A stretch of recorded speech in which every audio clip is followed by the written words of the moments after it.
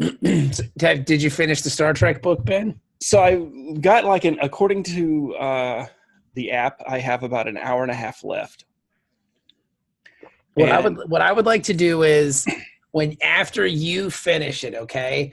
Mm-hmm. I would like to get together, you and I, and just record like a Patreon only kind of discussion of said work, because I finished it yesterday. Okay. I'll be finishing it probably in the next day or two. Okay, so then let's set something up maybe sometime next week before we record for like just the Patreon, so we can talk about the book. Okay. Like a Star Trek book review. No, it's the Dork Trek Book Club. It's really, Jenny, I wish you had time to read this book before. I can't read. You can listen to it on audiobook like Ben does. That's a good point.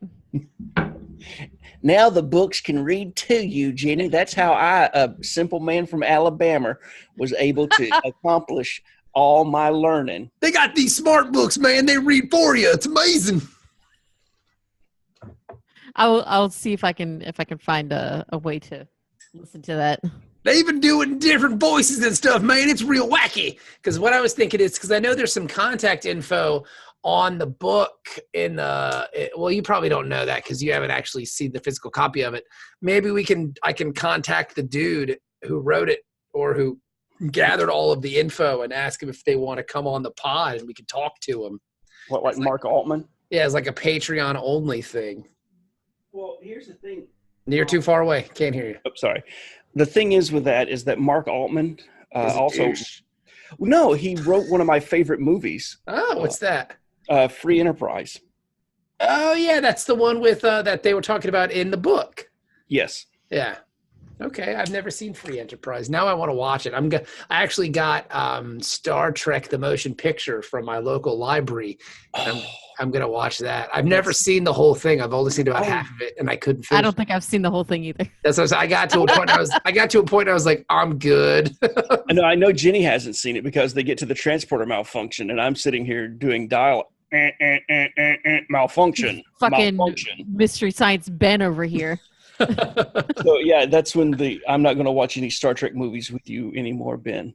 Rule came into effect. Well, I decided I needed to watch it by myself first, and then I never even got around to doing that. It's sitting right underneath my DVD player in my basement. I just have to turn it on, and I just won't because I've seen half of it and I hated it, and I don't want to watch it. I recommend, and if Jenny, if you want to borrow mine, my copy, the director's cut. Because if you remember from the book, Bob, yes, when they talked about how much, I don't want to get too much into this with us doing the other thing, but how different they were, how rushed it was and everything, and that Robert Wise didn't get a chance to actually do a recut that he would have normally done, and then that he got to go back and do it. I've watched, obviously, both versions multiple times. Obviously. And the extra footage additions and everything else, like why in God's name would you ever want extra footage in the first movie? But he, in his recut, he definitely trimmed it up. A lot of the, oh my God, are they still looking at that scenes? And it flows a lot better in the director's cut. So it's actually shorter if you watch the director's cut, it sounds like. Yes, it absolutely is. Okay, because that's what the guy at the library was telling me. He was like, oh, we don't have the director's cut. You got to watch that one. I was like, dude, I haven't been able to make it through the first one. And he's like, yeah, you should check it out. I'm like, all right, I'll give it a go, I guess. Yeah. It's like one of my greatest accomplishments was buying the ABC cut of Superman. Was it last year before when that came in? I was all excited because it has 45 extra minutes or something. Ooh. Yeah, it's like an entire other movie that's been added to that movie because of all the Donner footage that got cut. My attention span is already too short. ABC knows that, and what they did was because it was too long to play one night. They did it over two. And so it was the first time that they had split their movie of the week was the Sunday night movie and the Monday night movie.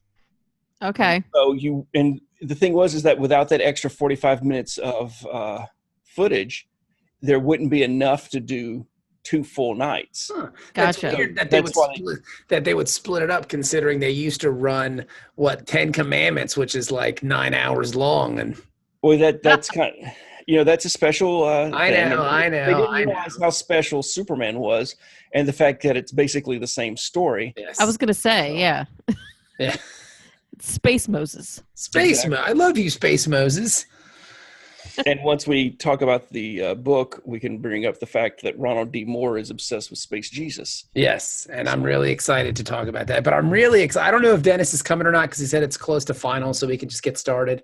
I'm going to go out on a limb here, and I don't even know if it's that much of a shaky limb at this point, but I think this is the best episode of Deep Space Nine I've ever seen. Really? Dude, it was great. I don't know if it was my favorite, but it was really good. It was really good. I'll give it good. I'll give it really good, but I won't give it best. The reason why, okay, I guess we can, it's a pretty straightforward episode. Odo gets sick. He's got this weird illness which makes him hard to keep his form, his solid form. I had that last week. That's why I wasn't on the show. but unlike Odo, it wasn't coming out of Uranus. Odo, how did you get in my butt? I don't know. It did a couple times. It did look like he had shit all over his skin. Like it literally had shit all over him. It did. It was kind of weird. The effects were pretty good, I thought, too, considering like for most of the time. It was weird because at some points he looked like he had dried. So he was kind of like crusty looking almost, which was weird. Yeah. But like yeah, so, eczema or something. Yeah, like he had like really bad eczema. Like, dude, you got to go exfoliate, bro. We need to get the Queer Eyes over here, dude. they'll tighten you up. Get you glamorous. Let's do a makeover on you. There were a couple of times when his... I liked your jazz makeover hands, Jenny.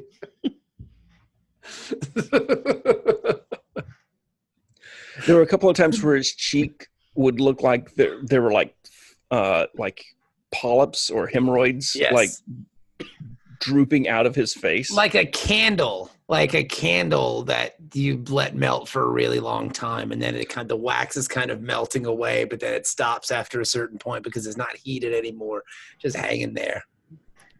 He looks like balls. He kind of looked like balls. Well, I like though that they changed it up between scenes. Yeah, it was cool. That he is in a state of decay almost. Yes. So he can't hold his form. He's in various state of balls. Like in the morning, he's shiny and kind of bright, like your testicles would be when they're freshly showered and shorn. And as the day goes on, and as the activities increase, they can become more shriveled and kind of weird. Sweaty balls. Yes, yeah. I rarely, if ever, have ever shorn my balls in the morning tide. That's not a morning activity. That's I always shave my balls in the morning. You seem like a morning ball shaver, Jenny. Yeah. So I prefer to take a nice warm bath and soak for a while. It's like a whole intimate affair. Right. I have the candles. I start thinking of Odo. and then I take care of business and shave. I always get like a semi going on, because it makes everything kind of clumps together to make it easier to do. Because it's very hard to shorn like droopy balls. Jenny, you wouldn't know any of this, but like if you have kind of like a half boner, then your balls get a little more kind of compacted, and it's easier to maneuver. At least for me. See, I prefer the droopy, and that way I can like spread. And do a nice shave.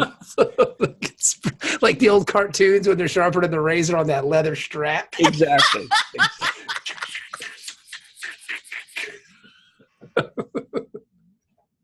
Now I just picture you sitting in the bath, in a warm bath with candles around, just pulling on your ball skin and just it's a very warm and fun mental picture, and it makes that noise for some reason too. And so that I can keep the time with it. I like to keep a good rhythm going, so I usually sing "Mama's Little Baby Love Shortening Bread," and so I'll just be swiping away "Mama's Little Baby Love Shortening, Mama's Little Baby Love Shortening Bread." I love that song. That's a good one. Yeah. So where were we here? We've already gotten terribly off track. We're still talking about Odo looking like balls. I think we're right on track. Yeah, he can't keep a solid form, and I feel bad for him. Ben has no compassion. That's fine. I'm used to that by now, I think. I'm going through some stuff, so it's just like, what's your big problem? It sucks for you, Ooh, Ben. I can't hold my form. Yeah, we all got problems, buddy. Listen to bad news. No compassion for dear Odo tonight. It's the tea. It's you drinking that angry Earl Grey tonight? It's all tea, no shade. This is all none of shade, my no business. What's up, Kermit? Can't hold your form, but none of my business. Loxana said you were putty in her hands, but that's none of my business. Oh. Yeah, we forgot that part of the episode too. Like, it starts all. That's the thing I think I enjoy so much about the episode. It's just like the story is cool, but the things that fill in the story, like the little personal effects that kind of are littered throughout, makes the episode really shine for me. Because the episode opens with Odo running into Garrick's shop, and Garrick's like, "Oh yes, there is something I need you to see." And some hot Bajoran lady comes out, and she basically wants to fuck Odo. Like she's ready for some hot. BPF. Yeah, like she is. I mean, she is down. Well, it's okay, and this isn't from personal experience, but it's like high school, where the quarterback, he bangs one of the cheerleaders. And then all the cheerleaders talk. And so, she talks to all her girlfriends, and then they all want a piece of that. Mm-hmm. Foreign chicks are the same way. And so but now, Odo hasn't had any relationships with any of the Bajoran women. I think he's got close enough with Major Kira that she's starting to kind of be his wingman and spread some of the rumors. Okay. Where it's like, those long runabout trips. Yeah. Maybe she's trying to pawn him off on somebody else. Like, hey, I'm not interested, but I know this other hot chick that's totally into shapeshifters. And so if she upsells him now, she doesn't have to worry about him. All right. But I mean, whatever, if that's the case, whatever she's saying, Major Kira is completely working, because this lady, who's not a bad looking space lady, she totally wants to bang Odo. She knows his routine. She runs a restaurant. She's a single lady. She's an independent woman. I mean, she knows what Odo's doing, and she's basically begging Odo to come eat her pussy. Well, I don't know about that, but Well, she wants to eat his cock at least, because she's like, well, humans got to eat. I have a restaurant upstairs. I got something for you to eat right here. Yeah. Yo, we're serving up a 2-pound piping hot baby. To throw it on a plate, you can mash it up with your mouth hole and just get it. Yeah, You got some gravy for me? Yeah, she totally wants to fuck Odo. And it's awesome. And Odo doesn't really know how to handle the situation, but he's very much like, Ben's reading his Jew book. Why? It's like, Let's see what the Jewish people say about Odo fucking. Are you hating on Odo because he's getting like? No. It was kind of nice to see him be awkward like that. It was almost middle school though. Yeah. Where Garrick has set him up with this whole thing, and then and I'm sure Garrick isn't doing this to be nice. I mean, I gotta think he's got to be setting him up to distract him. I can see your point, but I felt like it seemed pretty genuine. Like he seems like he's just like, hey, you know what? I just want to help my friend get laid. Yeah. He might stab him in the back later, but or be able to use it against him. Yeah, totally. Like she could be a prostitute, and this could be like some kind of sting where like, Russian style Trump era things with like she's peeing on Odo, and then they got this whole dossier file about it, and now Odo can't move on Garrick because Garrick's got the info on him. See, That's I gotta possible. I got to think though that Odo is the one that would be the one gathering videos like that. So you think Odo has video on Garrick doing stuff like that? I think Odo has video on everybody doing stuff like that he can pull out anytime he needs to. Like if there's a problem, it's just like, well, Commander Sisko, I could be transferred back to Bajor. Or you could take a look at this dossier. That's Garrick's style. I think Odo, if he had that kind of information, he would have used it already. He would have said, "Hey, you're in trouble, Mister." He is Mr. Justice. Yeah, that is correct. He's Mr. Justice. Mr. Justice. I am Odo. I am Mr. Justice. I'm working on my Odo impersonation. Tell me what you think. Here it goes. I only do one sentence really well, but I'm just going to do it for you. I don't understand. Like, that's my Odo. Like, that's pretty good, right? Like, it's decent. That's all you need, I think. That's all he really says. I don't understand. That's really good. I am Odo. I don't understand why I talk in choppy sentences like this. Now he's starting to sound like Cookie Monster. I am a little bit of both. I don't understand why I love Cookie. If you haven't seen the Cookie Monster John Oliver video, do yourself a favor and go watch that after the show. I don't think I've seen that one. It's pretty hilarious.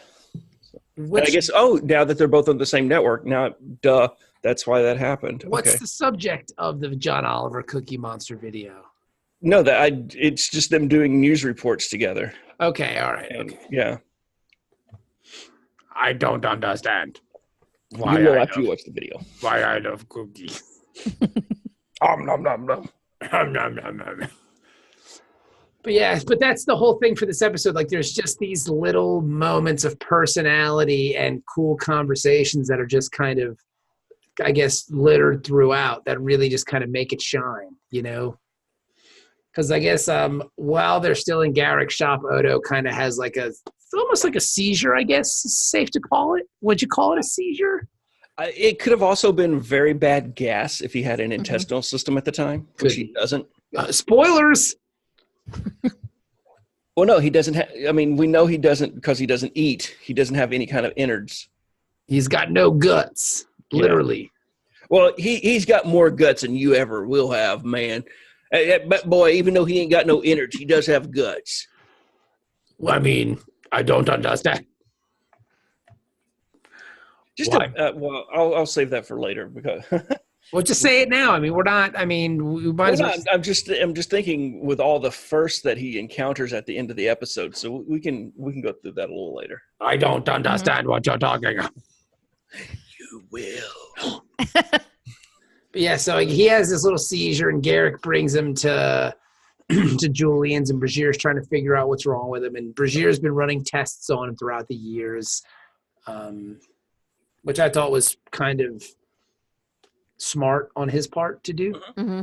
You know, he's a good doctor. Yeah, because you got to get a bass. You got to get that bass. Mm-hmm. It's all about that bass. Yep. No treble.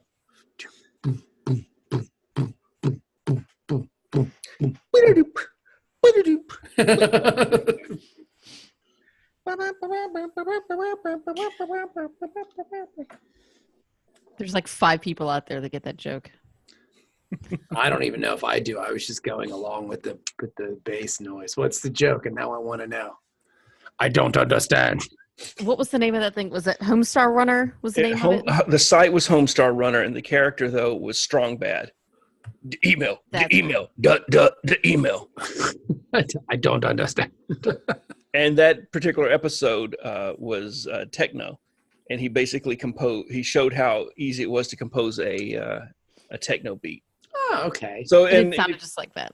Yeah, there was the bump, bump. You start with the bass line, the bump, bump, bump, bump, bump, and then you add in, the high pitched. What was it? The high pitched siren or something or sound. And then you add in a quote from an old sci-fi movie. The system is down. The system is down. Yes. And then you put it all together, and then I haven't seen that in ages. So if you saw it originally, because you can't find the original anymore because they've redone the site, but you can find they put all of their videos on YouTube. I was going to say, yeah, it's got to be out there someplace. Everything still exists on the internet. Yeah, everything does. But it's just formatted differently. But the thing is on the original, in the old Flash animation days, you could actually click and download because this was, the Stone Age of internet, but you could click and download this MP3 file of the techno song that he made. Boom. And now, is the Cookie Monster doing this song? No, Strong Bad's doing it, but he has a very similar voice, except more literate. All right. And so I downloaded it and I put it on what was it, like Real Player or some shit, whatever the audio, or what was it, Microsoft's audio player? Zune? No, Media Player. Windows Media Center. Windows Media Center. Because this would have been in XP, like the early days of XP when this came out. And so I had that playing in the background. And then I locked my computer with that on repeat and left for the weekend. And so it played. And the person who was on watch on Saturday night finally went into my office and was like, "What the fuck is that?" And pulled the plug on my computer. God damn it! He just threw it out the window and then went home, rage killed his family. Close to it, because it's like, I'm like through the next wall from him. So through the entire weekend, they're just like boom, boom, boom, boom, boom, coming through the wall. Well, Ben, the fuck is it?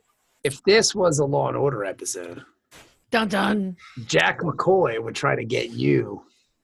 No, as an accessory, or maybe the performer who did the song. He would go after Strong Bad and take him down. Yeah, that would totally happen, because that would be a cut and dry. Like the guy rage killed his family because he heard that song all weekend, and then. But I think you'd get something because you provoked the rage murder. No, because the song got in my brain, and I was just an unwitting accomplice. Reckless indifference. I think that's what they always do. Ooh, that's some good Law and Order right there. Yeah. Wow, Jenny. I will go ahead and copy Reckless indifference. Damn. What? I mean, how many episodes have you seen that on? At least like 5. I'm gonna Google that shit right now. Think of. I hope I remembered that right. Well, while you're Googling that, I want to speak to the listeners and just recommend, if you let us know if you do remember Strong Bad or Homestar Runner, and what was your favorite bit. Reckless Indifference. There is an episode of Law and Order called Indifference. I'm sure that had to be one of them. Oh, Depraved Indifference. That's what he always says. Depraved Indifference. Yeah, okay. Yeah. That's like a whole nother ball game. Yeah, that's depravity. I love it. That's what they would always get somebody on when, like, they can't actually pin it on them, but we know you're at fault. So what we'll do, Ben, what we'll do here, buddy, is if you got to testify, though, about where you were able to get this song from, what internet service provider was able to download it illegally from for copyright infringement or something, and then we'll put the whole system on trial. 25 to life. For everybody. Well, so can I get can I work a deal? Can I just get time served if I turn on them? Yeah, totally. Oh yeah. Of course. So I can totally give you the IP address. Yeah, do that. Yeah. That's a good deal. You should take it. It's 365 369 one more time. 365.99.566.5. Okay. Dun dun. And then we go to there. Got it. Everybody's in jail. Let's surf the net. Enhance. Hey, it's 2015. Let's look at some 8-bit graphics. Enhance.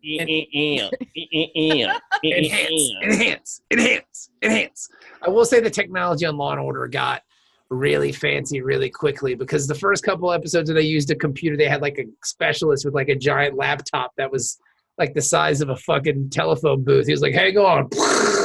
And then they turned into enhance. Wait till you see them do the episode about massive multiplayer online ROP. Oh, I can't wait for that one. I think I just watched that one. It was basically the Columbine episode. And like there was a kid that like killed some other kid, and they were trying to blame it on the video games or something. Was this one ripped from the headlines? Yeah, it definitely felt ripped from the headlines, because they're all ripped from the headlines. I'm gonna Law and Order So, basically, if the Patreons or if the listeners would like us to stop talking about Law and Order, Give us money. Dork Trek episode, give us more money so we can start a second show just about Law and Order, and we'll get it out of our system over there. Maybe. Are you sure that wasn't a special victims unit episode? Because this one says game. Yeah, I think it's SVU. Squad is at a loss on what to do with the violent homicide when Stabler's son points out that the event is straight out of a video game. It was season 10, I'm most positive. Damn, Jenny, look at you go. Look, I'm watching them like in order, so I kind of know what season I'm in. What are you watching, like the original Law and Order? Yeah. How are you watching them in order? Like what, where, what, how am I not doing this? I set the YouTube TV up to just record everything, and it'll have like 4 different channels. So if I get tired of the commercials on WeTV or whatever the channel is, then I'll just be like, I'll just go over to the Sundance channel for a while and watch those recordings. Because I know on Friday night it's on Ion, I guess. It marathons on Ion. Mm-hmm. Ion. Great name for a network, by the way, though. Yeah, Ion's good. I guess they do a cop show a night. So like one night it's Blue Bloods, which is shitty. Ben, you probably like it because it's CBS and you're old. Yeah. They do like one of the other ones, like Criminal Minds or whatever. But Friday night is Law and Order, so like I'll just belly up and rock it out.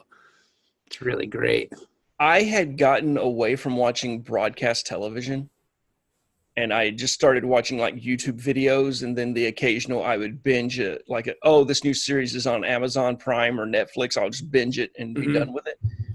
But I'm really enjoying watching the CBS dramas. Monday night, I only have one deviation and it's an NBC science fiction show. But Monday night is Magnum PI and Bull. Yeah. And then while Bull is playing... Bullshit! I didn't know that Bull was actually based on the career of Dr. Phil McGraw. Is that because he used to do jury consulting back before he got his TV show and started working with Oprah. Okay. So you've got Magnum PI and Bull, and that's at 9 and 10. Okay. And then I DVR Manifest and watch that at 11. How's that? How's Manifest? I'm 3 episodes in. Okay. And I still gotcha? Still got me. I mean, I'm learning just a little bit more about the mystery each week, and it's like, I got to know more. Okay. So I highly recommend Magnum PI and Manifest. All right. Bull, I think you pretty much came to it. If you're a fan of is it Michael Weatherly? I know his last name's Weatherly, but he played DiNozzo on NCIS. I never liked that show. I'm not a big I'm a Law and Order guy. It's in my blood. That's what I watch. Well, that's why I kind of like Magnum even more now, is because it's in the same universe. I know the JAG NCIS universe. It jagged me off. Yeah. And I'm pretty sure Law and Order is the only competition they have for longest running universe.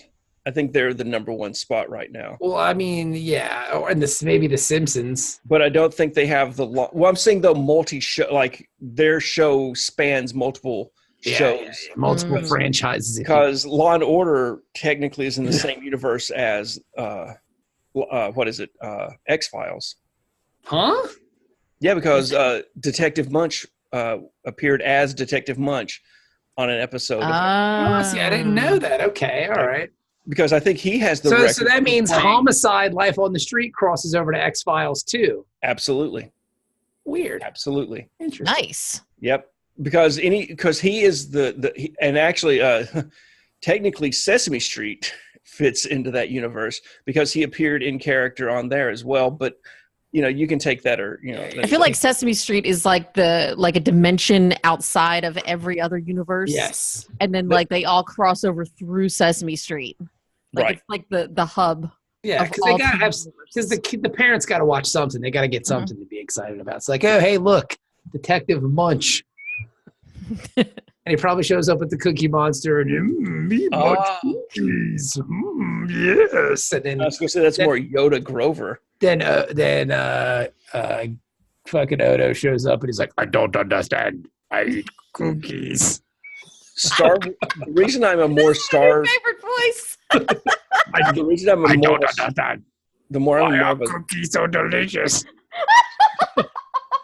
Why do I eat cookies all the time in the great link of cookies? Great cookie dough link. A great link. I don't understand cookies.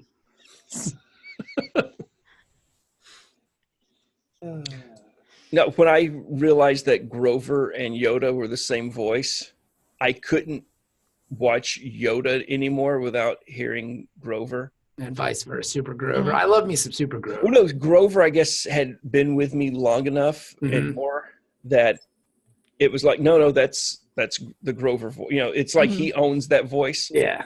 And so it's just Grover with bad grammar. Yes, exactly. Backwards Grover. He needs to watch Sesame Street. Sesame Street's great. That has to be Frank Oz's in. Yeah, that's like that's his getting into character sound. Mm-hmm. But so Odo's not feeling well, and they can't really do much for him except take him back to the Founders at this point, which is the only real thing that Odo can think of. Brigier doesn't want to do it, but then they agree to get it all together, and they're going to go. They're going to get all the Defiant, and they're going to turn on their signal and decloak and let everybody know that they're coming. They're just broadcasting, hey, y'all, we need help with our shifter. Yeah, our don't shoot, our shapeshifter's broken. And they have another nice little moment here with Odo and Quark. And I got to tell you, I kind of got me a little bit. I kind of choked up on it. Because Odo is just banged up. He can't move. He can't walk. He's having really a hard time doing anything. And he kind of comes out on the promenade, and Quark walks over to him. And what does he say to him? Somebody tell me. I'm talking entirely too much. Well, no, what was it? He says something about coming back or leaving, and he's like, yeah, I'll be running this place, within a few days. And then Odo says something about, he'll have to take care of it when he gets back. And Quark's like, so you are coming back. Aww. And it was just that exchange between, it's like, I'm going to have to say something rude to you, and then you're going to say something rude back, but underneath it's we're showing our love for each other. Yeah. Like this respect that we have. And it was super touching. I was like, aw. They're really friends. They love each other. They love each other. It was good. It's like my grandmother used to always have, if you went somewhere, like if you went like on a long trip or something, she would always ask you to pick her something up. Right. And so now you're doing her a favor. So if there was going to be an accident, maybe whatever angels might be involved, or like, he's doing a favor. Let him live through the accident because he has to come back. He's running an errand, and she hasn't done anything. Why does she have to suffer? And then I find out later that's like a super Jewish thing, where like traditionally, if you have somebody like, hey, can you make this donation for me when you get to the other city? And then they travel and they get to the other city and they make the donation. And that's like a protective thing where it's like, he's got money for the poor children's fund. You can't kill him while he's on his way to make the donation. What a guy. When he comes out. But we'll ice that motherfucker when he leaves. Making donations. The gangsters, they're like gangster angels or something like Gangster angels. Hey, yo, it'd be something if maybe one of these feathers fell and you sound like Prison Mike from that episode of The Office. Oh. I don't know if anybody's aware of Prison Mike, but man, it's good. Prison Mike. I didn't watch The Office. Oh, do yourself a favor. Everybody recommends it. It's good. What I recommend is this episode. It's good. It's good. All right. Good. And they finally get on board and they're underway and they're doing their Deep Space Nine stuff. And then again, they have like another cute little moment of like just conversation amongst the crew where O'Brien is like, I don't know. I don't feel really good about this because we've got this ship and we've got the cloaking device and we're not using it. I feel kind of naked.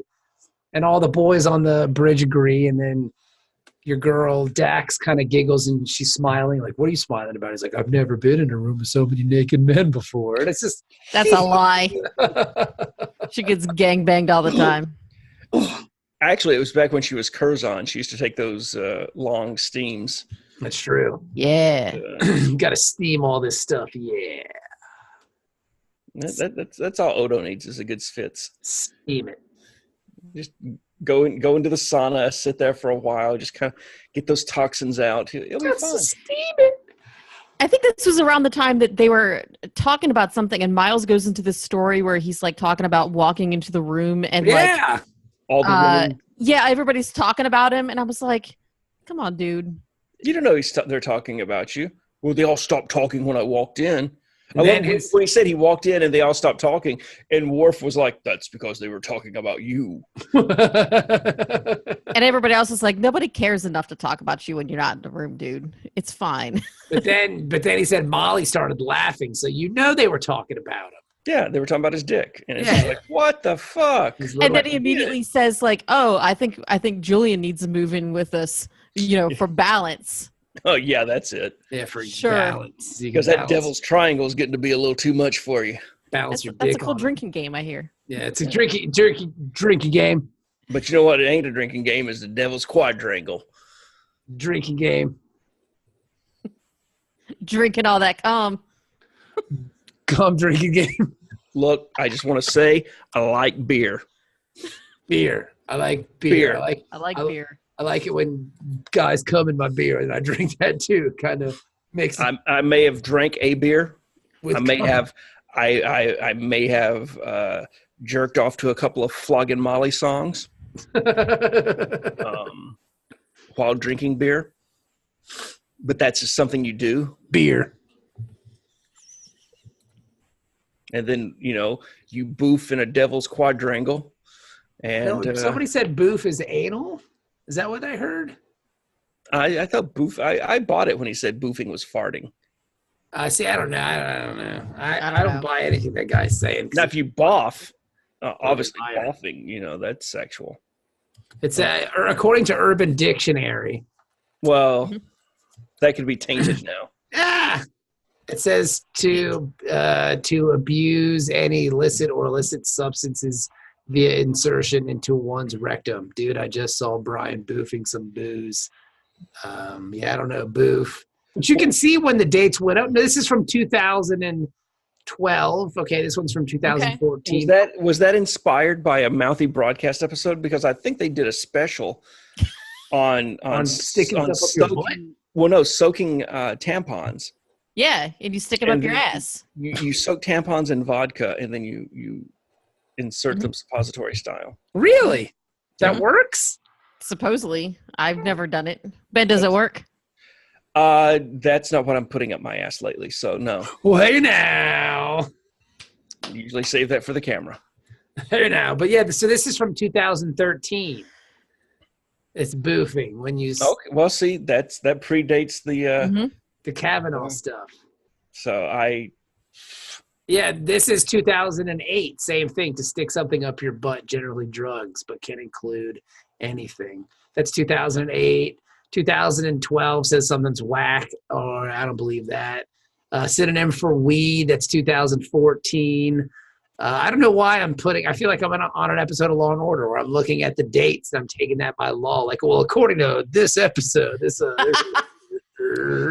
that'll hold up. That'll hold up in court. There's a Twitter feed for Lieutenant what's his name? Finn? Dan? On Lieutenant Dan. On SVU. Sure, it's not Lieutenant Dan. And it'll be him describing, it's like, it's pop rocks wrapped with cellophane. The kids are smoking it, and they call it, the devil's gemstones. I mean, it's just every week. The boys in the lab said it's, and then he'll just come out with some weird, you have to. I'll try to link it. Well, that's where I first heard that's where I first heard the term down low, when black dudes have gay sex with each other, but they're not gay. I heard that on an episode of Law and Order. Well, yeah, but up until that episode, Up until that episode, I'd always heard it with the, I don't know, the white boy version or whatever. Now what's that called? That's no. Down low, you would just call it like, oh no, it's you're keeping it quiet. Yeah, keep that on the down low. But the down low, that was a whole episode where like these gay exactly, and I'm like, well, they're not gay. They're not gay. They're just gay. They're just black dudes that like having sex with other two dudes black kissing, but they're really not gay. Two dudes kissing, but they're really not married. They have families. They love their families. It's just occasionally they go out and enjoy some boofing. I haven't done that in a really long time. Hulkster and I used to do that all the time. We still occasionally go out to local shows and yell it at the crowd or yell it at the stage. We got Mike to sing it once at a Jameson show at a bar. That's fun. Back in the day, yeah. Two guys kissing, but they're really not gay. And the clap isn't. You need the clap. The clap is what brings it. I forgot about the clap. Yeah. How can you forget that? I haven't had the clap in years. Hey-o. Hey-o. But yeah, so then somehow Garrick gets on the ship because he wants to come along because he wants to find out what happened to the Cardassians. Right. Were there any survivors? Because was it last year that there was the combined Cardassian Romulan attack force on the Changeling homeworld? Yes. But surprise, the Changelings were all gone, and there was a Jem'Hadar fleet there waiting for them. They're waiting in the cut to fuck them up. And Garrick wants to come along, and he's like, you know what? I don't know if that's the best idea, but we need someone to keep Odo company. Mm-hmm. Mm. And we don't need pleasantries or caring thoughts or whatever. And Garrick is just in. He's like, yes. He's like, because, Garrick's a dude with a shady past, a crazy individual who's done a lot of weird shit, criminal enterprises, conspiratory, Obsidian Order type shit. Well, his supposed past with the come on. Yeah. And the line he says is so perfect. I will fill him with so many false truths. Like he's just like Garrick enough. Like I fucking love this character. Yeah. He's so wonderful. I think one, that's the advantage that DS9 has. Yes. Is they get more out of their secondary characters. And I think once we get to 6th and 7th season, there's going to be like episodes like where it's going to be like a 3 or 4 episode arc where we get more screen time out of the secondary characters. Yeah, it's amazing. Than we do out of the primary cast. Mm-hmm. And and they talk about that in the book also, but it's one of those things where, you've got Jeffrey Combs and the guy who the other Cardassian that's not Goldacott. Yeah, we haven't seen him yet. Oh, we've met him. He's been Damar has been on. Oh, that's right. Yeah. We got him, and then we got Garrick, and we got we haven't met Martog yet. We met Martok. Oh, have we met Martok? Yeah, General Martok. We saw him earlier in the season when the Klingons first came to the station. I have to go back and rewatch that one. Or have we? I don't know what you're talking about. I really don't know what you're talking about. But yeah, so you just have all these great, like you could make a whole nother Star Trek show just from the secondary characters, and it would blow the doors off of Voyager. And you would have enough secondary characters, and you have enough tertiary characters that could then be secondary characters on this new show and are interesting. It's like fucking Russian cupping dolls, man. Just more shows and more shows. Star Treks within Star Trek. It's just like, what? Isn't that one of the things we said we liked about Discovery is that it's not necessarily all about the first officers on the bridge. It's about like some of the people off to the side. They turned out to not be as secondary as I expected, but it's certainly not like about the captain so much or the first officer and just the people, the head people on the bridge, which is really cool.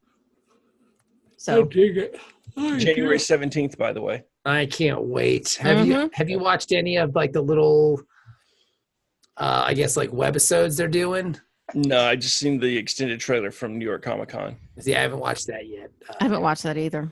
I didn't even recognize Rebecca Romaine or Rebecca Romaine, I guess is her name now. Yeah.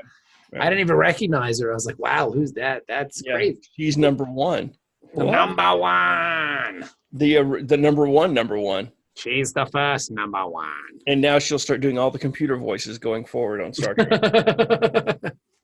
She just has to marry Rod Roddenberry. Oh, God. I wouldn't wish that on anybody. I don't even know what it looks like. I'm going to look. I'm going to Google him. Go ahead. I don't know. Google human feces, and it'll be personification of Rod Roddenberry. What is Rod Roddenberry? Oh, Rod Roddenberry looks like what I thought he would look like. All right. Does douche bro come to mind? Yes. He's 44, so he's around our age. His name is Eugene Wesley Rod. Look at this bra. Hold on. Let me share screen. Share. This dude's definitely taking trips to Flavortown, bro. Look at his fucking face. He likes to snowboard. I can see that. Look at it. Look at him. And he likes it when the powder. You know, I hear he likes boofing. I don't know any about that, so I can't. He looks like a total douche nozzle. Well, no, I mean, it's just the fact that we never heard any interest from him in Star Trek until his father died. And then it's like, you know, his story is, look at him. Look at his douchey face. I can, you know, get to know my father better by getting to know Star Trek and the fans. By cashing these checks, motherfucker. That's what I'm hearing is, how can I cash in on my dad's fortune? Because I've burned through most of it already. I need to get more. I mean, I'm sure that'd be pretty hard to do, to burn through all that. No, I don't think he got all that much. I mean, you know, the franchise definitely is $1 billion industry, but I don't know. You know, he didn't get $1 billion. He got a living. He's an executive producer on Discovery. Yeah. Good job. That's weird. Make me start to not like the show again. Thanks. Roddenberry Entertainment. Yeah. I mean, is there really anything to executive producer other than just like, yeah, do that, or it's just a name on the show? Just a name on the show, baby. Just cashing them checks. We got the official Roddenberry blessing, so it's okay that you like us now, right? See, we're part of the family. Because I just did this section in the book where they're talking about the Jar Jar Abrams bullshit, and Rod Roddenberry comes in and is like, JJ came to the house and asked for our blessing to do the movie. He was so nice. It also helped that he brought a fucking briefcase full of money that was fucking up to his arm, but he was so nice to me and my mom. Like, wow. I skipped over a lot of the newer stuff because it just didn't hold my interest, because it was all just J.J. Abrams is great. All this stuff's great. No, it's great.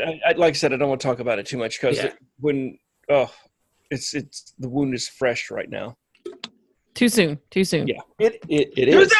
It absolutely is, because it's making me remember how much I fucking hated. Did the book do a mind meld with you and go, remember? I'm just now in the section where they're talking about the fake ass Wrath of Khan they did. Yeah. And I'm like, you motherfucker. Yeah. And it's just Kurtzman and Orci,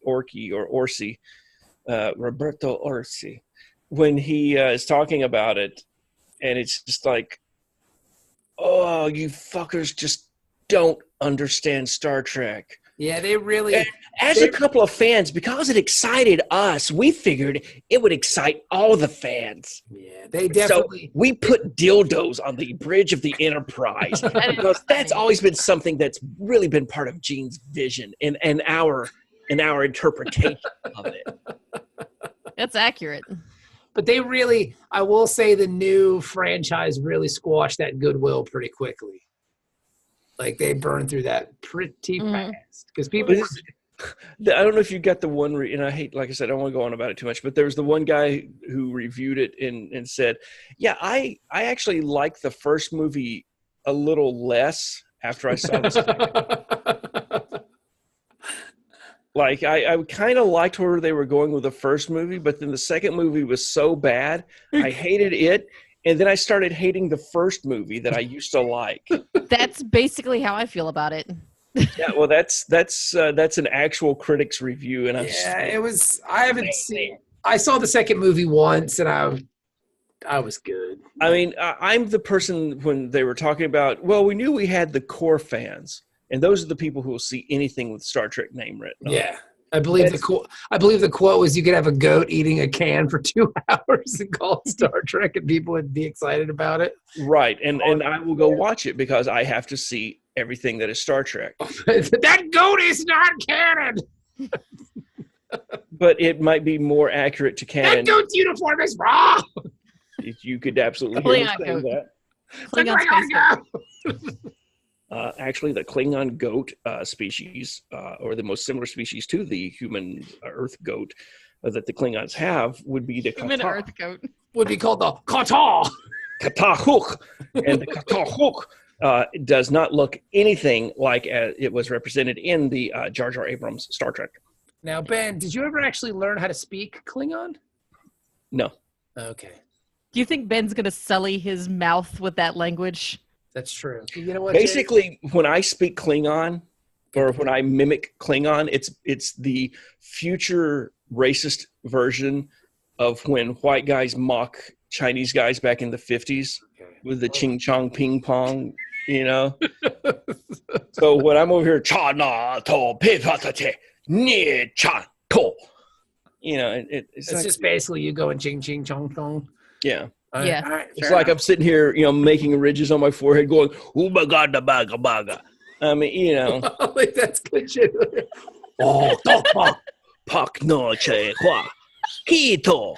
God, we're being future racists. Go, toko, iyeta. Oh. It's white people will find a way to be racist in any century. Well, I need a spoon so I can be Cardassian. I'll be a spoonhead.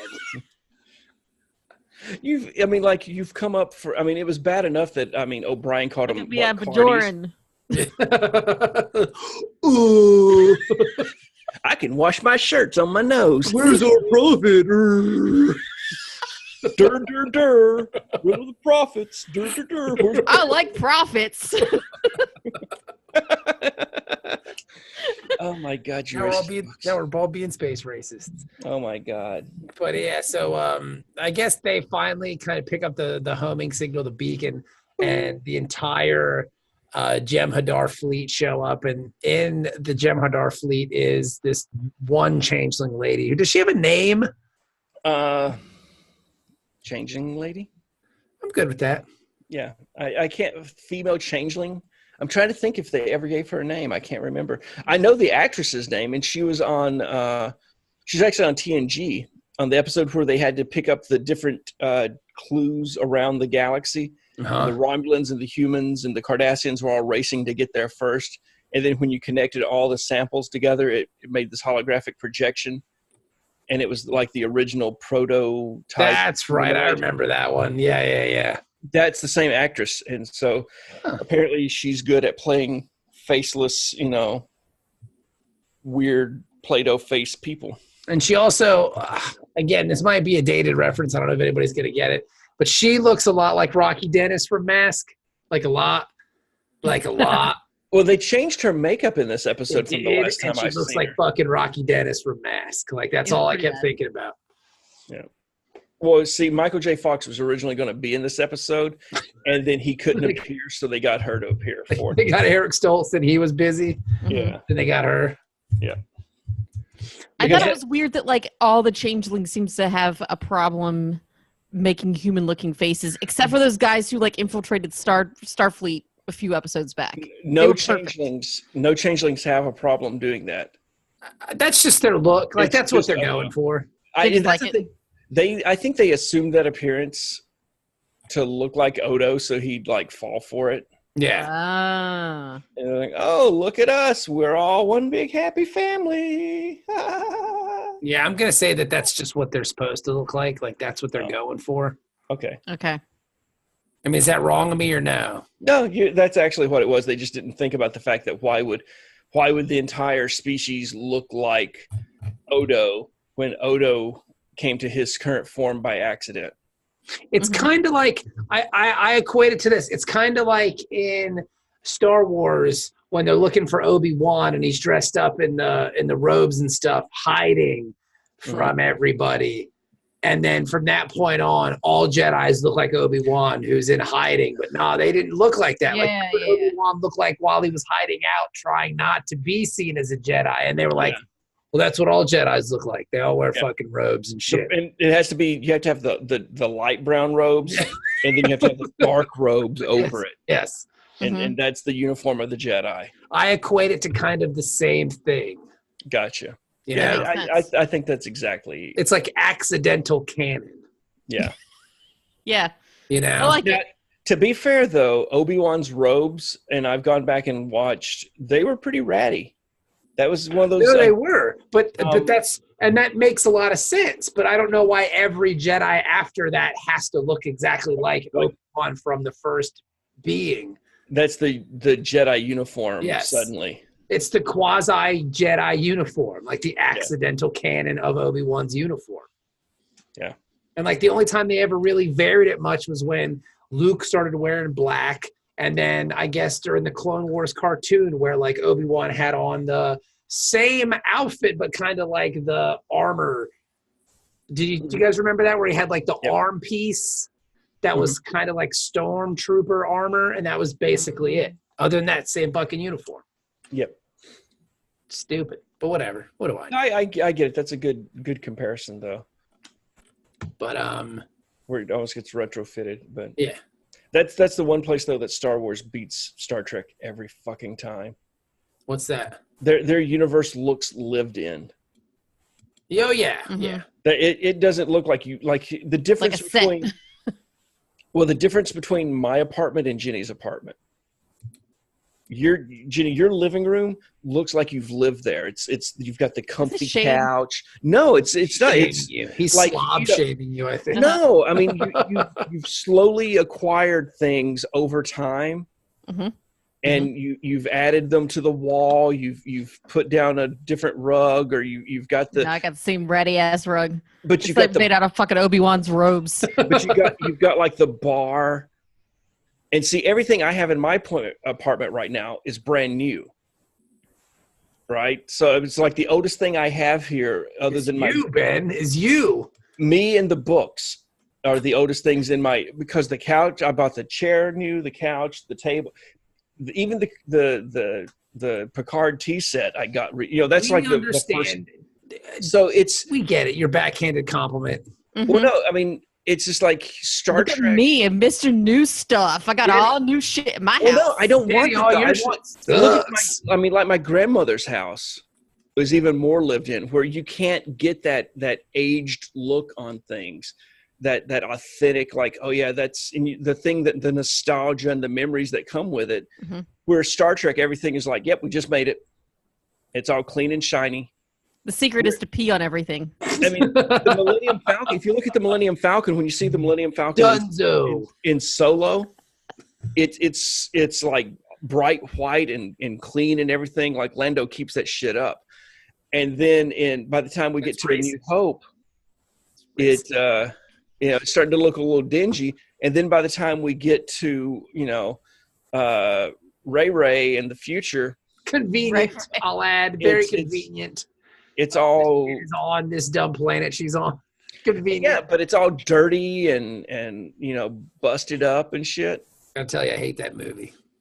I love that movie. What, the Force Awakens? Yeah, and the Chapter 7 and 8 are two of my favorite movies. I mean, Rogue One will be like, of the new stuff, will be my standout favorite. But I very much enjoyed those. I appreciate Jar Jar Abrams as a great movie maker when he's making Star Wars. No, it's the same movie. It's for Star Trek.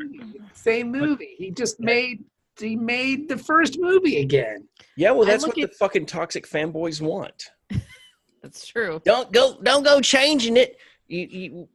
Oh, go Lord, you put a colored boy in there. I just, oh God Almighty, the whole franchise.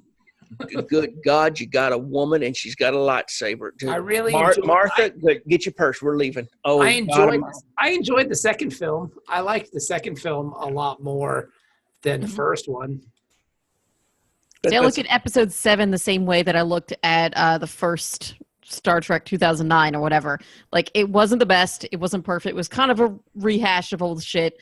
But the second one, the difference was that in Star Wars, they got better and not worse. Yeah, no. I actually like episode 7 better now that I've seen episode 8. Exactly. Yeah, I like episode 8 a lot. Mm-hmm.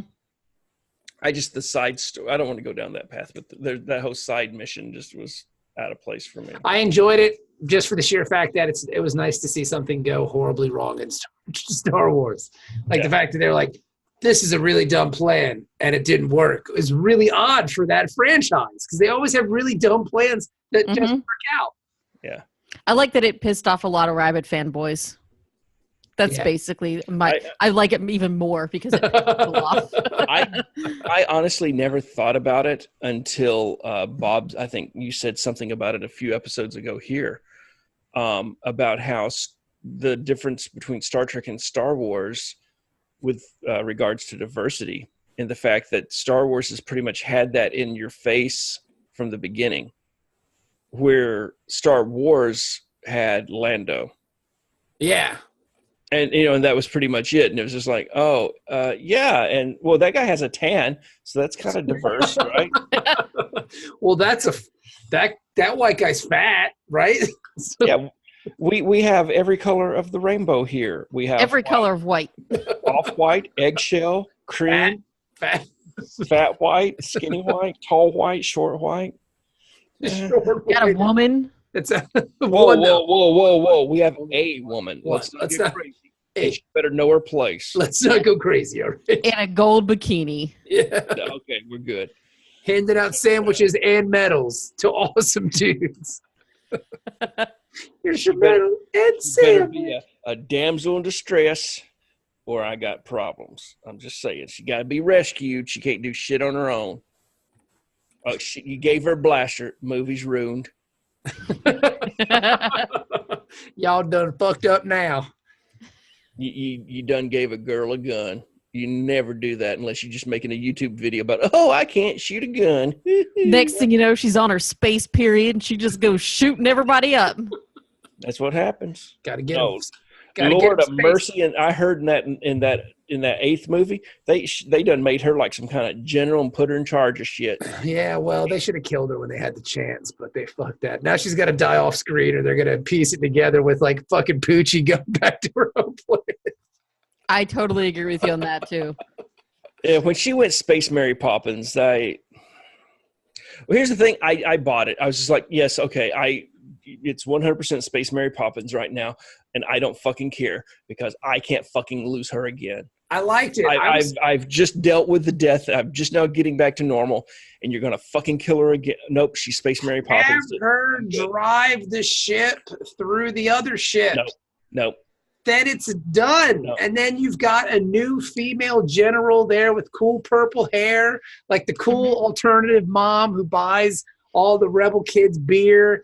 You know what I mean? Like, then she's there, and it's a talented actress, and then you have Laura Dern, which is awesome. Let her do that.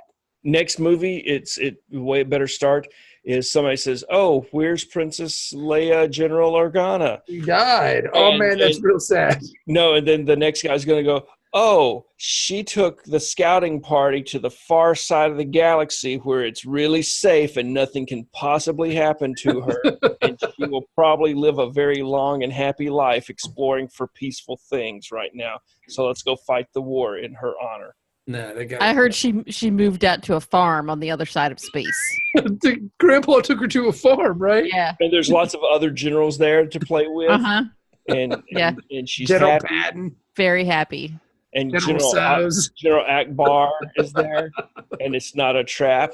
It's everything's fine because he checks for traps and makes sure that everything's fine. What about General Martog? Is he there? No, Martok is not there. General Martok's not there. Or is he? Is he? I don't know. But then they have the conversation. Garrick asks, because I guess they figure out like why Odo's sick. The changelings made him sick because he killed another changeling and it's never happened. So they got to figure out what to do with him. So they have to have like a trial. I wish we would have had like the Law and Order trial episode part of this too. That would have been cool. Yeah, their Law and Order is not so great. Go get in the goop. Yeah. And puke you out. But then Garrick asks the changeling lady, he's like, hey, what happened to all the Kardashians if we killed them all and you're dead and your whole planet's dead? We're going to fuck every. She went Tupac on him. She's like, we're going to fucking murder all y'all bitches. Like, you all died the moment you attacked our homeworld. He was like, damn. Like it was hardcore. Yeah. Like if I were Space Kevin, I would wipe out your entire species. Yeah. And that's basically what she threatens. So now we have to do it the old way. I'm going to kill you. I'm going to kill your mama. I'm going to kill your daughter. I'm going to kill your whole fucking family. So they're all dead. We're going to kill them all, Jack. And then Garrick's like, all right, cool, thank you. And then he gets crazy eyes. He's like, it's nice to meet you. I really like seeing him just so shaken in that scene. Because, like, he never gets, like, freaked out. But he was like, the fuck? These people are crazy. Yeah. They are fucking crazy. There's a level of crazy we are not prepared for. Yeah. And then Garrick gets his own level of crazy because they beam down to the surface, I guess, like the little island of the planet. Because you got to have a little island, I guess, right? Just in case solids come or something. Because you got to have something to sit on. You can't beam tiki hut. You got to beam to that, and then you'll walk into the. You can't just beam into the goop. Yeah. It's like a landing pad. Yeah.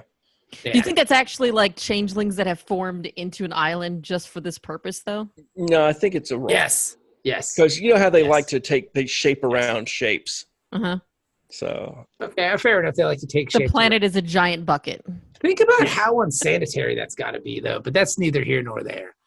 I was thinking, like, how long did it take while they're sitting there waiting?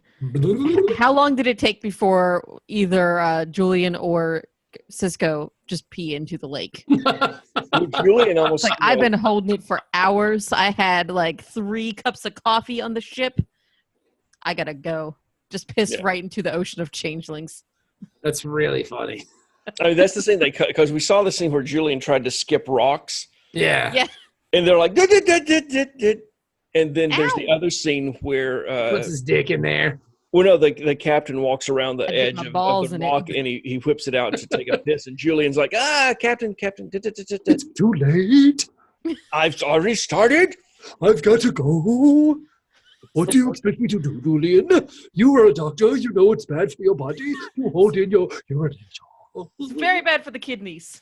Julian, come here and drink it. That way we preserve the planet. It's sterile. It is fresh water. Haven't you seen the 20th century motion picture? What a world! If not, we will have a showing in the promenade when we return to. Kevin Costner stars as. And he just goes into the whole plot of. But that distracts him enough that he doesn't piss.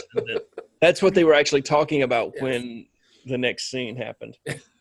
And at the end of the film, they find dry land. Much like this. But instead, it's not gooey changeling people, it's actual water. But then while all that's happening on board, Garrick broke into the ship and is hot wiring the motherfucker because he just wants to blow up the planet. Yeah, I'm gonna blow the whole bitch up.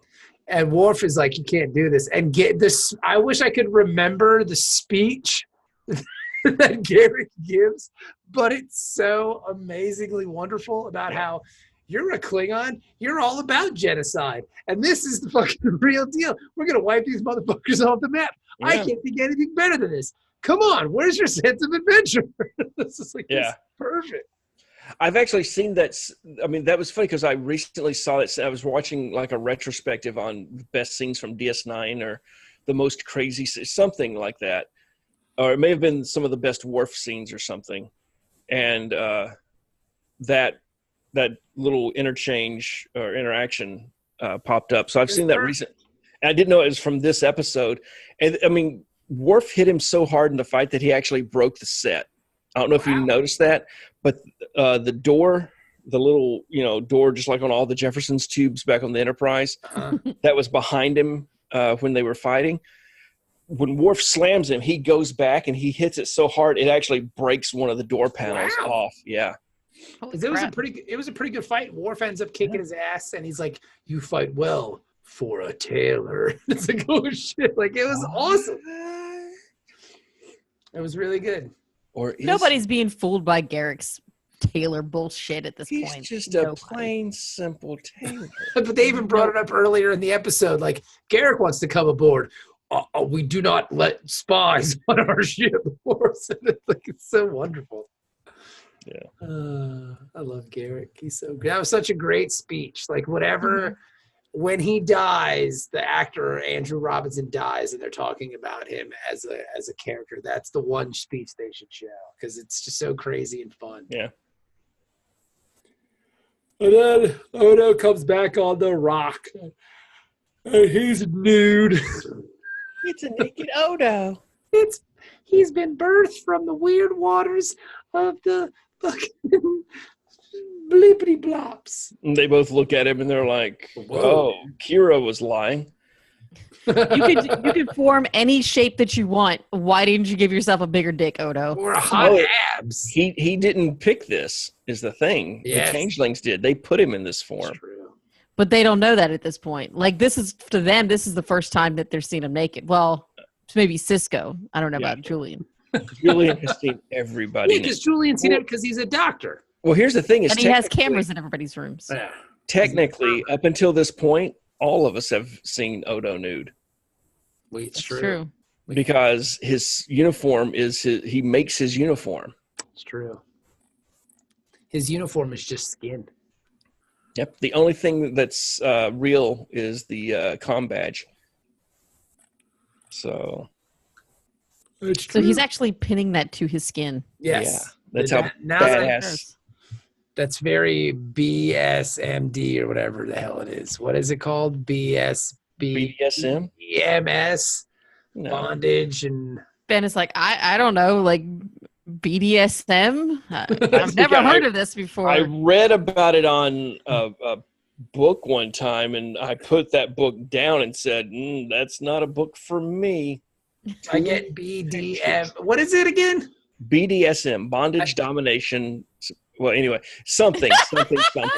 Bondage, domination, submissive, and sadomasochism. And then I get that and the LBGTQ. Because now there's it's LBGT. LG. I got that one. Lesbian and gay. BT. Bisexual. What's the T? Transgender. Q. And then Q is queer, right? Questioning. I thought Q was queer. I've heard it questioning and I've heard it queer, but so. Okay. And don't they have like a plus at the end of it now too or something? In some iterations of it, yes, because it's like you can't really be limited. I mean, I remember when it was LGB. Yeah, me too. Yeah. I still say LGBT just because I'm old and stubborn at this point. Like I can't remember any more back letters. in my day, it was goddamn LG, and they made goddamn televisions. Hey, it's like my phone. I mean, I'm cool whatever they want to add on there. It's just hard. My phone can pick up 2 or 3 different frequencies, so I guess that's good. It's just hard to say. It goes either way. I want to make sure everyone gets represented. So it's hard because I don't know when to stop throwing. Well, it usually is at one of those LGBTQ parties. Hey now. What? But yeah, because I want to respect everybody's thing. Mm-hmm. You know, that's encouraged at these parties. I want to respect everybody, but I just don't know when to stop. So sometimes I just keep going. LBGTQRX. I think I fell behind and got lost when it had expanded to LGBTQIA plus. What's IA? Intersex, I think. Oh, and asexual. And asexual. Okay. See, I'm asexual. I know asexual just because of Morrissey. Yeah. That's my I know asexual because I'm hearing a lot more of it now from the younger millennials. And it's like I heard it from one and I was like, oh, okay. But then I heard it from like several where that's just like, oh yeah, my friend is. Oh yeah, that's a thing now. That's so bizarre to me. I thought it was just Morrissey. Well, no, and then it's like I thought the A was just him. Like this is just just the one. Well, did I? Well, and now the what is it? The millennials, the divorce rate is going down. I saw that. So it's like they're That's... becoming more conservative and in their own like traditional values. Are they getting married as much? No, they're not getting married as much. So that also good for them. Yeah. That cuts down on the divorce rate. Yeah. Yeah, if you're not getting married, you can't get divorced. I avoided making a poor choice that I will have to correct later. Good job, guys. Kudos. But so, they're killing Applebee's, which again, good for them. I'm okay with I applaud. A riblet. My kids always thought that Applebee's just sold apples and like variations of apple food. It would be so much better if they did. That's what I told them. They just sold like apple fritters and apple pies. Uh-huh. Fried apples. Yeah, that would be lovely. Buy some apples. I don't even think they offered fried apples on the menu, which is just poor marketing. They probably don't even have apple sauce. Those lying bitches. I know they don't have Waldorf salad, or at least they didn't the last time I went in there. I can't have apples, right? I can't remember the last time I've been to Applebee's. It was accessing. I think I went about 15 years ago. Yeah. Yeah. The last time I went, I probably went with my parents because my parents liked it. It was before 9/11. It was the Applebee's on the boulevard. That's what happened. Across from Chili's. That's the same one I was at. Oh, we're probably there at the same time. What if you guys were? Well, no, that's the thing is Jenny doesn't remember this, but she almost ran me over in a car on 4th of July. Yeah. She should have. The parking garage. She said she made that mistake. The parking garage that people go to, it was the year that it first opened, and I went there to watch the fireworks at Trashmore with my kids. Mm-hmm. And you almost hit me. As I was walking, you were going for a parking spot, and I was walking to the outer edge. How do you remember this? I think you're just making it up. No, you told me about it.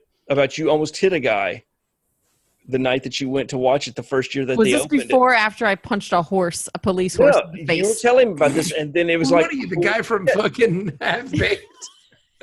She did punch a police horse, but that's another story.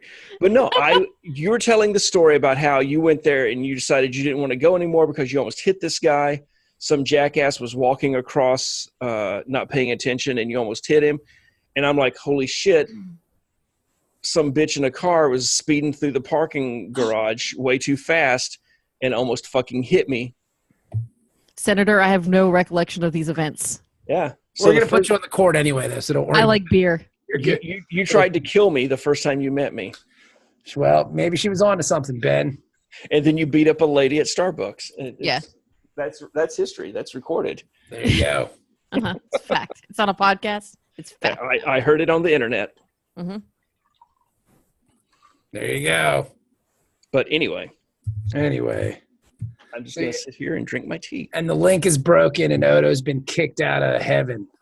Yep. Make me feel like I've been kicked out of heaven. I like, changeling lady boss comes out and goes, made him what he wanted to be. He's a solid. He's a solid. Dick. Take him. We don't want him. He's yours. Oh, too low. He's been kicked out of heaven, yo. Like he's got organs and shit and blood. And then Bruno Mars shows up and the episode's over. Dun, dun, dun, dun. No, but then they go back to the space station and they're all weirded out about Odo being a fucking changeling. And Odo's all sad because he's like, I don't understand. For the first time, I was with my people and we had cookies. My uniform is scratchy. My skin does not usually get scratchy. I don't understand why I can't have people and cookies. Well, no, there's the one thing where he's like, "Oh, I must be hungry." I'm like, "Really? You've had time to get a uniform tailored. You flew all the way back so it's been a couple of days since you've been human. I'm hungry for cookies." So Well, hey, now he has an excuse to hook up with the lady at the restaurant. Yep, but then everybody in the promenade is watching this video of Garon, and he's saying crazy shit like, well, we go into war with the Federation, and Odo is like, I don't understand. Oh, wait, I do understand. He had cookies with us in the link. Garon is a shapeshifter. And then it's over. Yeah. Holy shit, Gowron's a shapeshifter. I just wanted to keep watching. Like, I couldn't. Yes. Like, I made myself turn it off. Because I was like, yeah. dude, I got to record. Like, we got to record in 20 minutes. I got to go upstairs and, this is great. I can't wait to start watching again. Yep. And we're done with 4th season. Yeah, that's it. It's over. Mm-hmm. We've got 3 seasons to talk about now. I feel like that flew by. We are way past. I mean, this went a lot faster than the first 4 seasons of TNG. We've watched more DS9 than we have left. Yes. Yeah. Yeah, but I've had more birthdays than I have left. So, I mean, that's an easy math. Come on, Ben. Why you got to go there? Calm down, Benjamin. You're going to live, Ben, because you don't want to. That's how it normally works. No, that's exactly. I know I cannot die because the last 3 times I've tried, they sent me back. And so God's like, no, I'm having too much fun fucking with you on Earth. You're not leaving because you want to. It's people that don't want to die that get it. Yeah. Kicked out of heaven. Yeah. I had a chance. Make me feel like I've been kicked out of the league now. Fall too low. Is that a song? Yeah, Bruno Mars, son. You'll be listening to Bruno Mars. Okay, so here's my thing. Talking to all these fucking millennials about being asexual and shit. They never mentioned Bruno Mars. He hot, son. He great. Okay, Bruno Mars is fantastic. He's really good, and he's like 4 foot tall, and he's like half Filipino or something. So and his music is fucking great. I first became aware of this, and when I first became aware of Bruno Mars, I was very confused because I never watched. See that. He's a handsome fella. No. I never watched the show Veronica Mars. Right. So you thought this was a spinoff? And I thought it was connected some way, and then I would get and I was like, wait, Bruno Mars, is that? But I did have a Mars bar. So is Bruno Mars that series that just got canceled? Or is it the other? Look at Jenny referenced a candy bar from the fucking 40s. Mars bar.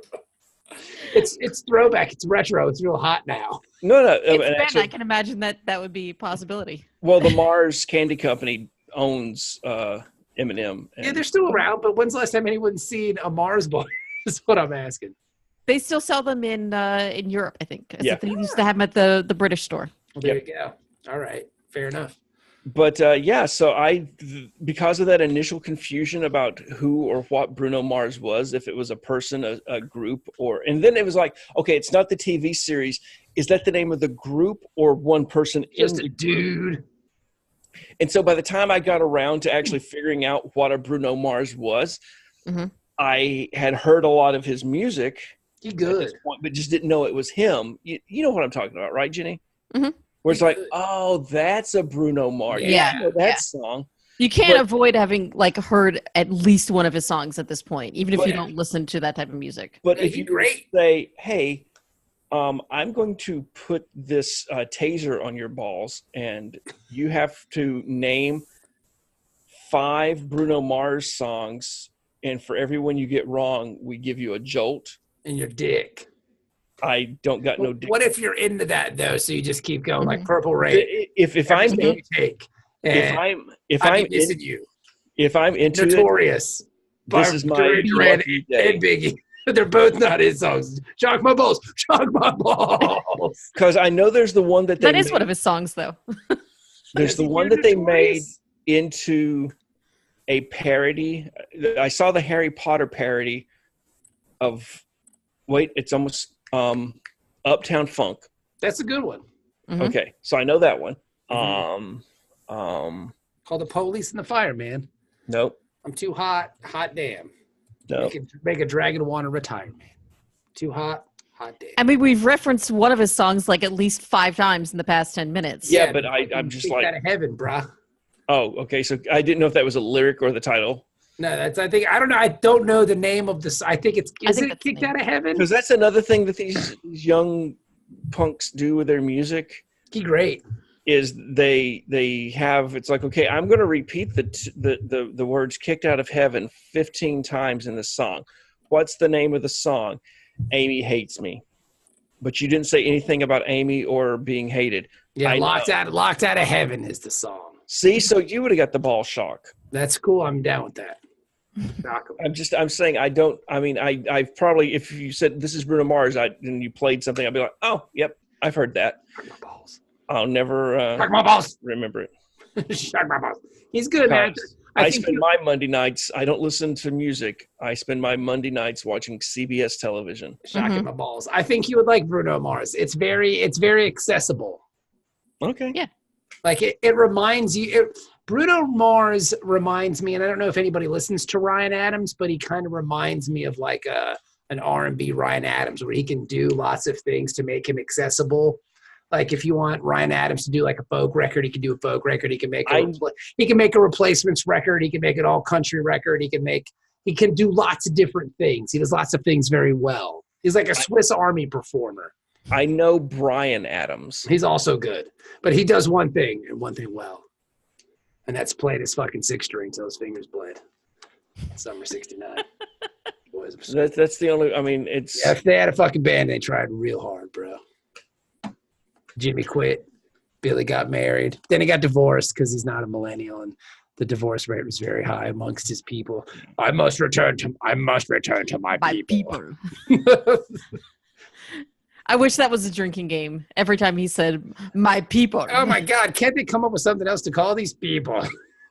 My people. And they all do it. Well, we got to get him back to his people. It's made of people. We don't eat her poop. How do you think he reacted the first time he had to take a shit, though? That's what remember when I said we'll get to it at the end of the episode? Yeah. That's with all the first that he's dealing with, he has to eat. And then at some point, it's like, what? And he just shits himself right there on the promenade. What the fuck is happening? And I don't understand. It's just exploding out of his ass. And it's just like, what? And I'm pretty sure he got his first boner when Blondie came up and talked to him. I love right after he got his new uniform. It feels really tight right now for some reason. I should have taken out the pants. Yeah.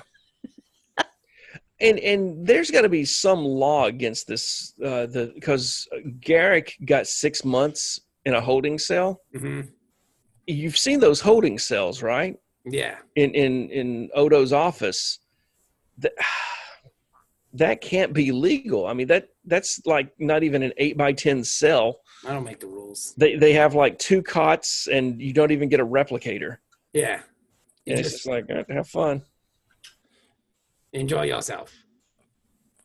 Come on, let's go. 6 months in that? What kind of exercise is he going to get? It's not going to be 6 months. He'll get out for good behavior. No, this is how they get rid of Andrew Robinson. No way. He's the best character on the show. Mm-hmm. Well, now, to be fair, though, we have the summer break that they just entered. Yeah.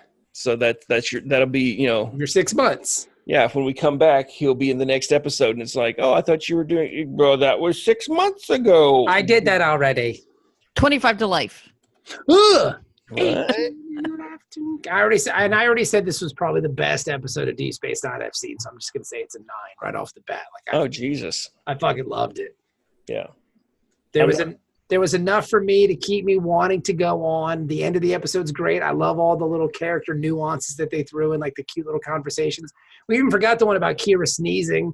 Oh yeah, Mm-hmm. Like that was just fun. Like it was just a great episode. Like it was. Yeah. It was just. I thought it was great. I'm gonna just give it a 9. Boom, 9. I'm done. This one's tough for me. I'm gonna say 7.5. Mm-hmm. I wanted to say 8. It's 7 3/4. All right, I can round it up, Jenny. Round it up. I don't want to put the pressure on you. I feel like I'm putting the pressure, but I loved it. I thought it was fucking brilliant. But as you're talking about it, like there's a lot of the things that I was kind of like nitpicking about it because I remember other ones that I liked better. But it's not a competition. Like I don't need to compare this one to the other one. I liked this one a lot. Like you said, I wanted to watch more. I was ready for this episode to keep going. Yeah. It's like, oh crap, this is the end of the season. I can't imagine if I was watching it in real time and had to wait, 6 or 8 months for the next episode. So I can't wait to see the next part. So, I'm going to say an 8. I'll say an 8. All right. I would definitely say an 8 also. All right. And if Dennis was here, he'd say 2. Dennis, But that episode was terrible. That's why he didn't show up. I heard because he just hated it. So that's how much he hated the episode. No, I think what both of you said though at the end of it, and the thing is that I keep forgetting that DS9 didn't do a lot of cliffhangers. No. And even though this feels like a cliffhanger, it's technically, I mean, I guess it technically is, but it's not like a 2-parter. Mm-hmm. Yeah. Right? It's like, oh shit. And then it's like, no, the story doesn't continue. I mean, the story arc will continue. It continues as much as like any DS9 episode that's, part of the universe continues. Well, this whole episode is a continuation because all this is about when fucking Odo killed that changeling earlier on in the season. So, I mean, like, that was that the season 3? Yeah, I was going to say that was back a while. Yeah. So it's one of those things that, I mean, and we know that Ira Stephen Bear was fighting his ass off to get story arcs at this point. I mean, and we're definitely benefiting from it. Oh yeah! Every time we watch this freaking series, this guy's a goddamn genius. I mean, it changed. People don't realize that this was one of the first shows. I mean, when you look back at it, now we have season-long story arcs. Mm-hmm. And I think one of the things that they mentioned and that we have benefited from, and I think we've mentioned here, is that DS9 definitely does better now that you can binge it. Yes. So when you sit here and you can take a Saturday and you watch, an entire 6 episodes, or you just watch like 6 in a row. 6 can become 8 if you hit the right 6, and then you get the first of a 3-parter, and you're like, oh shit, I've got to see the other 2. And so it nowadays though, I mean, like Doctor Who, you just, all right, what's the season arc this year? Try to figure it out. Discovery absolutely had a season-long arc. Did you see the thing that they announced from NYCC was they're not doing like a mid-season break this year? I did not see that. All the way through. No break. Nice. I'm excited about that. Yeah. Because that shit was annoying as fuck. Yeah, because I had to keep paying for all access during that. I got my downtime. mouth already. Yeah, my mouth is already for cock. So I need to know. Oh my God, I said it. Are we going to do like we did last time with the Patreon Discovery discussions? Sure. I'm down with that. If we do that, then I will have to re-up at the beginning of the season. Oh, you're not going to do it? You were just going to binge it at the end? I mean, I don't know if I could do that. I don't think I could hold out, especially with Dennis on Twitter. And with Twitter and stuff, dude, no, it's impossible. Yeah. Well, I'm deleting social media, so I'm slowly working my way through that. And gas face, you got Jenny gas face. No, and I'm not. I don't believe it because he hasn't started to announce it on all of his social media platforms. Well, yeah, because I'm not. Here's the thing: I'm not deleting my accounts. I'm just deleting all my posts. So I keep my accounts and I keep my friends, and I can continue. If I have to reconnect, I can look back and say, okay, here's what people are talking about. But I'm going to try to restrict I've taken it off my phone, so I'm not always, plugging away at it on that. I did that. I did that I took Twitter off of my phone, and man, it's been lovely. Yeah. Well, my ugliness is usually from Facebook, and most of the things I've been, other than the dark, depressing, anxiety laden stuff that I've done like this last few days. Otherwise, I've just tried to post like, oh, hey, Magnum PI is a great episode this week. Oh, hey, this cartoon's kind of funny. Meanwhile, everybody's like, well, the planet Earth has 10 good years left. We are more fucked than the Klingon homeworld at the beginning of Star Trek VI. I'm at the point where I'm just like, fuck it, let it burn. Yeah. Yeah. Let me enjoy myself in the meantime. I feel bad for the kids, but Daddy's going to go buy a pack of cigarettes. It's like, seriously, I mean, if I lose my job at the end of the year, I'm Jack Daniels and cigarettes. It's just like, fire them up, boys. What's the point? It's just I'm 70 fucking pounds overweight because I quit smoking. I don't think it's quit smoking. I think it's like the box of moon pies. Yeah, I guess. Here's the thing. I was holding it at 215, 220 with a box of moon pies every now and again. The whole time the entire run of Dork Trek, I was pretty much the same. Like I had that initial weight gain at the beginning of Dork Trek because I got a job and started eating every day again. And I pretty well held at that weight until I quit smoking. Quit smoking like what, 2 years ago or something? Yeah, and immediately gained 70 almost fucking pounds. Almost 3 years ago. Almost 3 years ago, and I've been gaining weight the entire time. But here's the thing: is that like if you quit smoking, and if that was a habit that you're doing that you don't replace with another healthy habit, then you're going to fill it with something else, and it's probably going to be food. Well, yeah, and it's food and you know, randomly walking through the streets of our town, yelling profanity at people as they walk through the night. Just do like I do and get addicted to a video game, and then you won't eat anymore because I'm glued to the couch. That was the thing is, I mean, that was my old weight loss method was World of Warcraft. There you go. But I just, it's like, who's got time to put into that? You got time for it? I sit here and I'll watch my stories and I'm fine. I watch my stories. Oh, Jesus. Oh, right. Magnum, you're in danger this week. Oh, I'm just pointing out the obvious to you, Ben. I'm just the voice of truth for you. I'm just saying I could smoke again and I'll lose the weight. No, you won't. No, you won't. I started smoking again because I thought the same thing. I was like, oh, well, you know what? I quit smoking. I started gaining weight. You know what happened? I fucking kept gaining weight because I didn't change my other habits. Oh. Well. I could start drinking again. No, don't do that. You don't want to do that. Drinking and smoking. So, I mean, that used to be the thing is when I first got on Dork Trek and I didn't have a job, it was like, okay, I can go days without food as long as I have coffee and cigarettes. Yeah, I can go pretty long without eating if I have my coffee. You were also not very healthy at the time, Ben.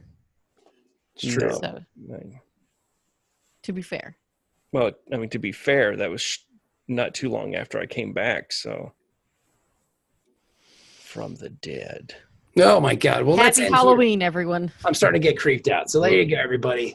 Thank you so much for listening. We'll be back soon. Season 5 next week of Deep Space Nine. Thanks, guys. Can't wait.